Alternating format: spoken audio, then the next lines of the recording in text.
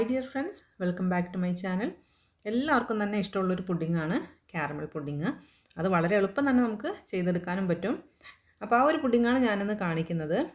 അപ്പോൾ അതിനു മുന്നേ എൻ്റെ വീഡിയോസ് നിങ്ങൾ ആദ്യമായിട്ടാണ് കാണുന്നതെങ്കിൽ ഒന്ന് സബ്സ്ക്രൈബ് ചെയ്ത് സപ്പോർട്ട് ചെയ്യണം. അതുപോലെ അടുത്ത് കാണുന്ന ബെല്ലൈക്കൺ മറക്കാതെ പ്രസ് ചെയ്യുക.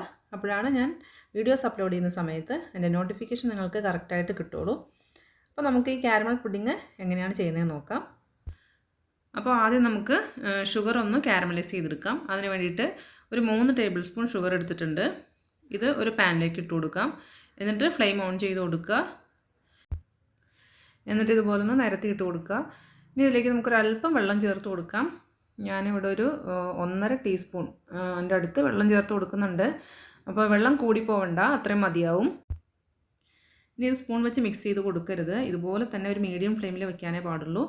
മിക്സ് ചെയ്ത് കൊടുക്കുമ്പോഴുള്ള പ്രശ്നം എന്താ വെച്ചാൽ നമ്മൾ കാരമലൈസായി വരാൻ വേണ്ടിയിട്ട് ഇരട്ടി സമയമെടുക്കും. അപ്പോൾ നമ്മൾ ഒന്നും കൈ തൊടാതെ ഒരു മീഡിയം ഫ്ലെയിമിൽ ഇതുപോലെ ഇരിക്കട്ടെ. പിന്നെ ഇതുപോലെ സൈഡിലൊക്കെ കളർ മാറി വരുവാണെങ്കിൽ ചുറ്റിച്ച് കൊടുത്താൽ മതി.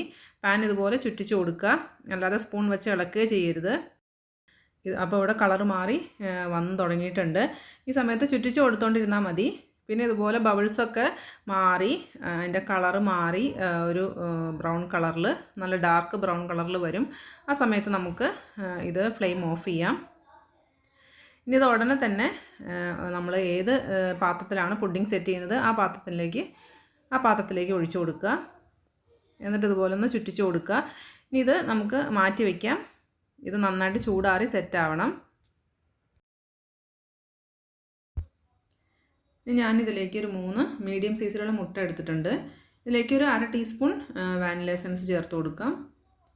ഇതിൻ്റെ കൂടെ ഒരു 1/4 കപ്പ് പഞ്ചസാര കൂടെ ചേർത്ത് കൊടുക്കാം. അപ്പോൾ ഒരു 1/4 കപ്പ് എന്ന് പറയുമ്പോൾ ഒരു 4 ടേബിൾ സ്പൂൺ വരും. ഇത് നന്നായിട്ടൊന്ന് മിക്സ് ചെയ്ത് യോജിപ്പിച്ചെടുക്കാം.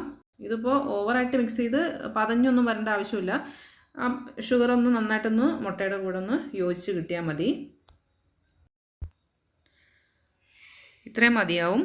ഇനി ഇതിലേക്ക് നമുക്ക് പാല് ചേർത്ത് കൊടുക്കാം. ഞാനിവിടെ ഒരു 1/2 ലിറ്റർ പാലെടുത്തിട്ടുണ്ട്. അത് നന്നായിട്ട് തിളപ്പിച്ച് ഒരു 10 മിനിറ്റ് മീഡിയം ഫ്ലെയിമിലിട്ട് തിളപ്പിച്ച് ഒന്ന് വറ്റിച്ചെടുത്തിട്ടുണ്ട്. നല്ല തിക്കായിട്ടുള്ള പാലായിരിക്കണം ഇതിലേക്ക് ചേർക്കേണ്ടത്. ചൂടോട് കൂടി ഇതിലേക്ക് ചേർക്കരുത്. നന്നായിട്ട് ചൂടാറി തണുത്തതിന് ശേഷം മാത്രം ഇതിലേക്ക് ചേർക്കുക. പാലും മുട്ടയൊക്കെ നന്നായിട്ട് മിക്സ് ചെയ്ത് യോജിപ്പിച്ചെടുത്തിട്ടുണ്ട്. ഇനി ഇത് ഒന്ന് അരിപ്പേ കൂടെ അരിച്ചെടുക്കാം. ഇനി ഇത് നമുക്ക് കാരമൽ ചെയ്ത് വെച്ചിരിക്കുന്ന ഷുഗറിലേക്ക് ചേർത്ത് കൊടുക്കാം. അപ്പോൾ ഇത് നന്നായിട്ട് ഇപ്പോൾ തണുത്ത് സെറ്റായിട്ടുണ്ട്. ഇതുപോലെ സെറ്റായിട്ട് വേണം നമുക്ക് ഇതിലേക്ക് പാല് ചേർത്ത് കൊടുക്കാനായിട്ട്. അപ്പോൾ നമുക്കിതിലേക്ക് ഒഴിച്ചു കൊടുക്കാം. ഇനി നമുക്കൊന്ന് സ്റ്റീം ചെയ്ത് വേവിച്ചെടുക്കാം. അപ്പോൾ ഞാനിവിടെ സ്റ്റീം ചെയ്യുന്ന പാത്രത്തിൽ കുറച്ച് വെള്ളം ഒഴിച്ചു കൊടുത്തിട്ടുണ്ട്. അതിലേക്ക് ഒരു തട്ട് വെച്ച് കൊടുക്കുക. എന്നിട്ട് അതിൻ്റെ മുകളിലേക്ക് നമുക്ക് ഇത് ഇറക്കി വെച്ച് കൊടുക്കാം. നന്നായിട്ട് ടൈറ്റായിട്ടുള്ളൊരു അടപ്പ് വെച്ചിട്ട് അടച്ചു വെച്ച് കൊടുക്കാം. അപ്പോൾ ഒട്ടും തന്നെ ആവിയുടെ വെള്ളം ഇതിലേക്ക് പോകരുത്. ആ രീതിയിൽ അടച്ചു വെച്ച് കൊടുക്കുക. ഇത് ഹൈ ഫ്ലെയിമിൽ നന്നായിട്ട് ആവി വന്നതിന് ശേഷം ഒരു മീഡിയം ഫ്ലെയിമിലേക്ക് മാറ്റുക. എന്നിട്ട് ഒരു 20 മിനിറ്റ് നന്നായിട്ടൊന്ന് വേവിച്ചെടുക്കാം. ഇതുപോലെ നന്നായിട്ട് വെന്ത് വന്നിട്ടുണ്ട്. ഇത് നമുക്ക് നന്നായിട്ടൊന്ന് ചൂടാറണം. ചൂടാറിയ ശേഷം ഫ്രിഡ്ജിൽ വെച്ച് നന്നായിട്ട് തണുപ്പിച്ചെടുക്കാം. ചൂടാറാതെ ഫ്രിഡ്ജിലേക്ക് വെക്കരുത്. നന്നായിട്ട് ചൂടാറി തണുത്തതിന് ശേഷം മാത്രം ഫ്രിഡ്ജിലേക്ക് വയ്ക്കുക. പെട്ടെന്ന് അങ്ങ് ചൂടാറി കിട്ടണമെങ്കിൽ വേറൊരു പാത്രത്തിൽ ഒരല്പം വെള്ളം കൊടുക്കുക. എന്നിട്ട് അതിൻ്റെ മേലെ ഇത് വെച്ച് കൊടുത്താൽ മതി. പെട്ടെന്ന് ചൂടാറി കിട്ടിക്കോളും. അപ്പോൾ ഞാനിതിവിടെ ഫ്രിഡ്ജിൽ വെച്ച് തണുപ്പിച്ചെടുത്തിട്ടുണ്ട്. ഇതിൻ്റെ സൈഡൊക്കെ ഒന്ന് ഇതുപോലെ ഒന്ന് പിടിച്ച് കൊടുക്കാം. എന്നിട്ട് ഇതൊന്ന് ഡീമോൾഡ് ചെയ്തെടുക്കാം. അപ്പോൾ ഞാനിതിൻ്റെ മേളിൽ ഇതുപോലൊരു പാത്രം വെച്ച് കൊടുത്തിട്ടുണ്ട്. ഇനി അതൊന്ന് കമഴ്ത്തി കൊടുക്കാം. ഇവിടെ നല്ല പെർഫെക്റ്റ് ആയിട്ടുള്ള കാരമൽ പുഡിങ് റെഡി ആയിട്ടുണ്ട്. നല്ല ടേസ്റ്റി ആയിട്ടുള്ള പുഡിങ്ങാണ്. അതുപോലെ വളരെ എളുപ്പത്തിൽ ഇത് ചെയ്തെടുക്കാൻ പറ്റും. അപ്പോൾ ഇതുപോലെ ചെയ്ത് നോക്കുക. ഇഷ്ടപ്പെട്ടെങ്കിൽ ലൈക്ക് ചെയ്യുക, കമൻറ്റ് ചെയ്യുക. അതുപോലെ ഫ്രണ്ട്സിനും റിലേറ്റീവ്സിനും ഒക്കെ ഷെയർ ചെയ്ത് കൊടുക്കുക. നല്ലൊരു വീഡിയോ ആയിട്ട് വീണ്ടും കാണാം.